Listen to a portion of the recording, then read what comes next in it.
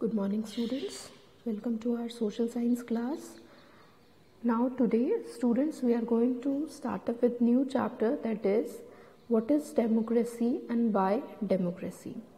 ठीक है, तो हम इसमें डेमोक्रेसी के बारे में पढ़ेंगे और डेमोक्रेसी के बारे में हम क्या देखेंगे, what is democracy and why democracy. सबसे पहले तो क्वेश्चन आता है व्हाट इज डेमोक्रेसी और उसके बाद आता है जब हम डेमोक्रेसी को समझ लेंगे देन व्हाई डेमोक्रेसी.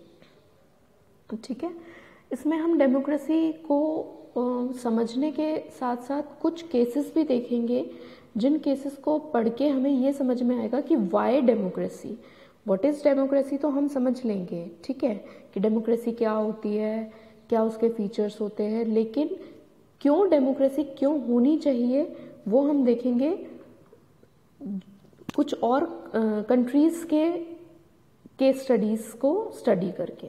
ठीक है, तो मेजर एस्पेक्ट हमारा क्या रहेगा इसमें कि जो डेमोक्रेसी वर्ड है वो कहाँ से ओरिजिनेट हुआ, डेमोक्रेसी क्या होता है, meaning and definition, features of democracy, merits demerits of democracy, difference between democratic non democratic government और कुछ हम केसेस भी इसके देखेंगे.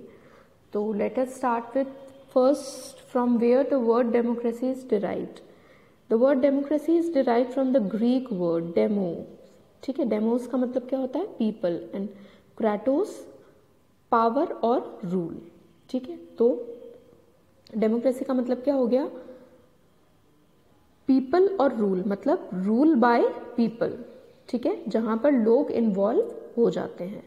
ठीक है, तो मीनिंग ऑफ डेमोक्रेसी में क्या फिर आप समझ पाओगे कि democracy is a form of government in which the rulers are elected by the people. कैसी गवर्नमेंट है जहां पर रूलर्स को कौन सिलेक्ट करता है, पीपल.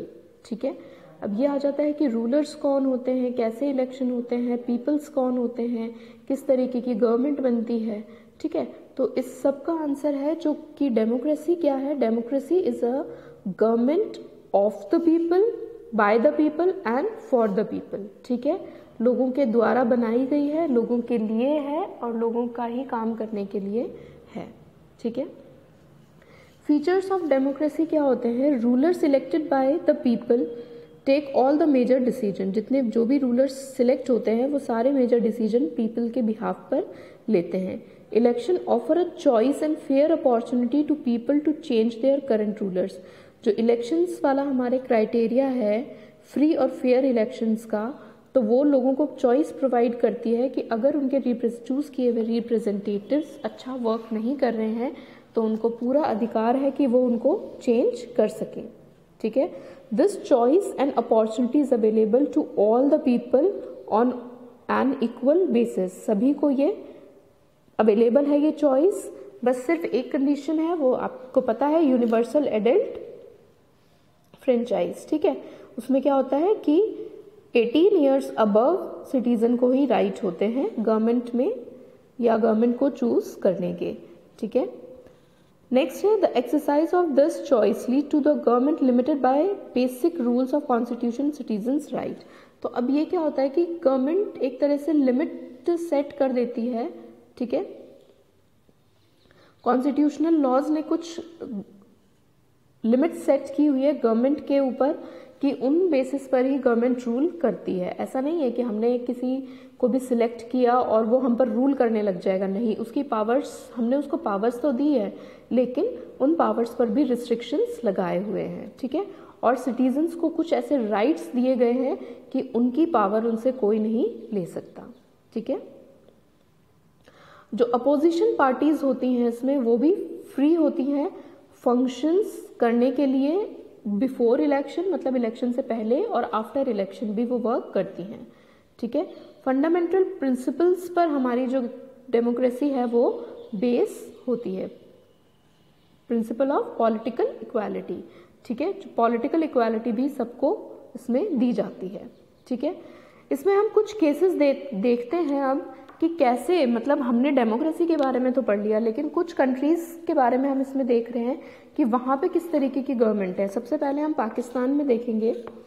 तो पाकिस्तान में क्या है, जो जनरल परवेज मुशर्रफ हैं उन्होंने मिलिट्री कोप को लेड किया था 1919 में, और उन्होंने डेमोक्रेटिकली इलेक्टेड गवर्नमेंट जो थी उसको ओवरथ्रो कर दिया था और अपने आप को चीफ एग्जीक्यूटिव ऑफ कंट्री बना लिया था। ठीक है, फिर 2002 में उन्होंने एक रेफरेंडम इशू किया। उससे क्या था कि उन्होंने अपना रूल को 5 साल और बढ़ा दिया। ठीक है, Pakistani media, human rights organization, उन्होंने ये चीजें बोली कि ये जो किया जा रहा है ये एक तरह से माल प्रैक्टिसेस हैं, फ्रॉड है, बट इसका कोई रिजल्ट नहीं निकला था। ठीक है, उन्होंने अगस्त 2002 में मुशर्रफ ने इशू कर दिया था legal framework order amended the constitution of Pakistan. उन्होंने पाकिस्तान के कॉन्स्टिट्यूशन में अमेंडमेंट कर दिए गए थे। इसके अकॉर्डिंगली क्या था कि जो president can dismiss the national और प्रोविंशियल असेंबली, की जो प्रेसिडेंट है उसके पास पावर है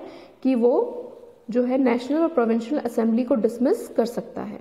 the work of the civilian cabinet is supervised by the national security council which is dominated by the military forces, कि उनका वर्क जो है वो कौन देखेगा, सिविलियन कैबिनेट देखेगी।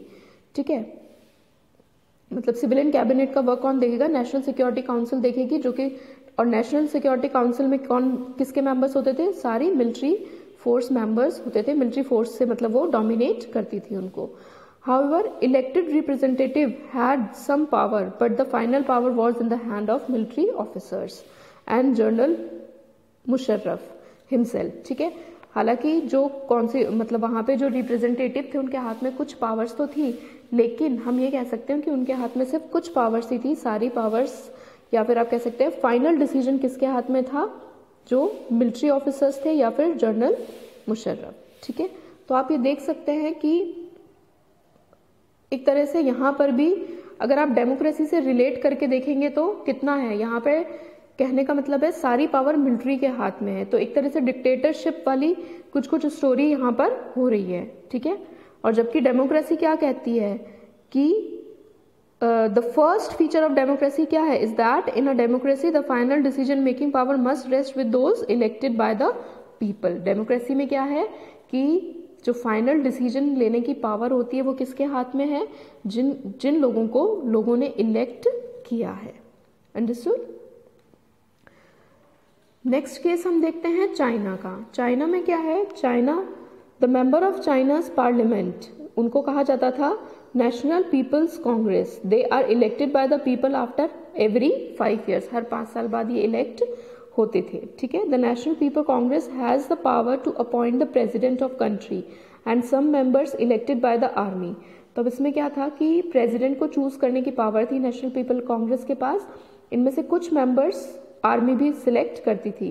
Before contesting elections a candidate need the approval of the Chinese Communist Party, only its members और a member of 8 parties allied to it are allowed to contest.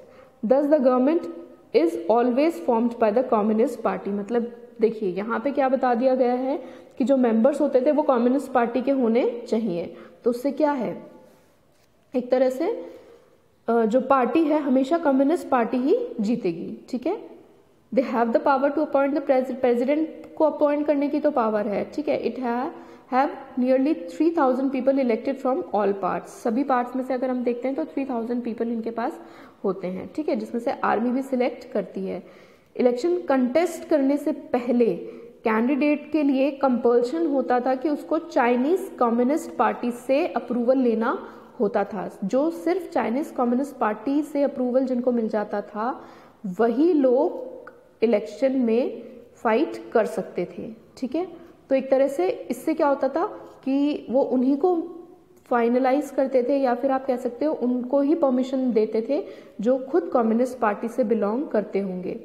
ठीक है, तो इसमें भी क्या देखने को मिल रहा है, यहाँ पे भी बहुत मतलब एक तरह से एक पार्टी है जो कि बार बार रूल कर रही है। ठीक है, नेक्स्ट हम देखते हैं मैक्सिको का केस। मैक्सिको में क्या है कि Mexico became independent in 1930। It holds election after 6 years, her 6 years में वहां पर इलेक्शंस होते हैं टू इलेक्ट इट्स प्रेसिडेंट। ठीक है, Mexico has never been under military और डिक्टेटर रूल, यहाँ पर कभी भी मिलिट्री और डिक्टेटर रूल नहीं रहा है। But until 2000 all election was won by a party called PRI। लेकिन 2000 तक यहाँ पर क्या हुआ है, जितने भी बार इलेक्शन हुए हैं उन इलेक्शंस में एक ही पार्टी जीती है, वो है इंस्टीट्यूशनल रेवोल्यूशनरी पार्टी, PRI। ठीक है, हालांकि इसके अपोजिशन में पार्टीज कंटेस्ट करती थी इलेक्शन, लेकिन वो कभी भी जीत नहीं पाते थे। क्यों नहीं जीत पाते थे? यहाँ पर क्या है, यहाँ पर वो अपनी पावर्स का मिसयूज कर रहे हैं, वो यहाँ पर अब डर्टी ट्रिक्स खेलते हैं इलेक्शन में, जिसकी वजह से वो इलेक्शन जीत जाते हैं। ठीक है, government officers, all those who enjoyed in government officers had to attend its party meeting. जितने भी गवर्नमेंट ऑफिसर्स थे वहाँ पे, जितने भी गवर्नमेंट सर्विसेज में एम्प्लॉयड थे, उन सबको इस पार्टी की मीटिंग्स को जो है वो ज्वाइन करना ज़रूरी होता था। इनफैक्ट बल्कि यहाँ पर जो टीचर्स होते थे, ठीक है, गवर्नमेंट टीचर्स, वो भी स्कूल के जो उनके बच्चे होते थे उनके पेरेंट्स को फोर्स करते थे कि वो PRI को वोट दे। तो आप इन सब केसेस से एक तरह से देख सकते हो, क्या कंक्लूजन निकाल सकते हो कि in both the cases, China and Mexico, it does not appear that the election have been held properly. Holding election of any kind is not sufficient. The election must offer a real choice, ठीक है, between political alternatives. People should have right to use their choice to remove the existing rulers if they wish. So these examples are not of true democracies. Thus, another feature of democracy is that a democracy must be based on free and fair election, where those currently in power have a fair chance of losing. तो हमने दो features पढ़े थे कि एक तो feature क्या है कि सारा जो डिसीजन है वो कौन लेगा, पॉलिटिकल पार्टीज जो हमारे रिप्रेजेंटेटिव्स जीते हैं, जो कि हमने पाकिस्तान के केस में देखे हैं, और चाइना और मैक्सिको के केस से हम क्या देख रहे हैं कि फ्री और फेयर इलेक्शन होना बहुत ज़रूरी है, कि जो पार्टी जीती है उसके पास बिल्कुल चांस होना चाहिए कि वो लूज भी कर सकती है। लोगों के पास चॉइस होती है, लोगों अपनी जो पीपल है वो अपनी चॉइस से किसी को भी सिलेक्ट कर सकते हैं। ठीक है, okay, thank you students, have a nice day.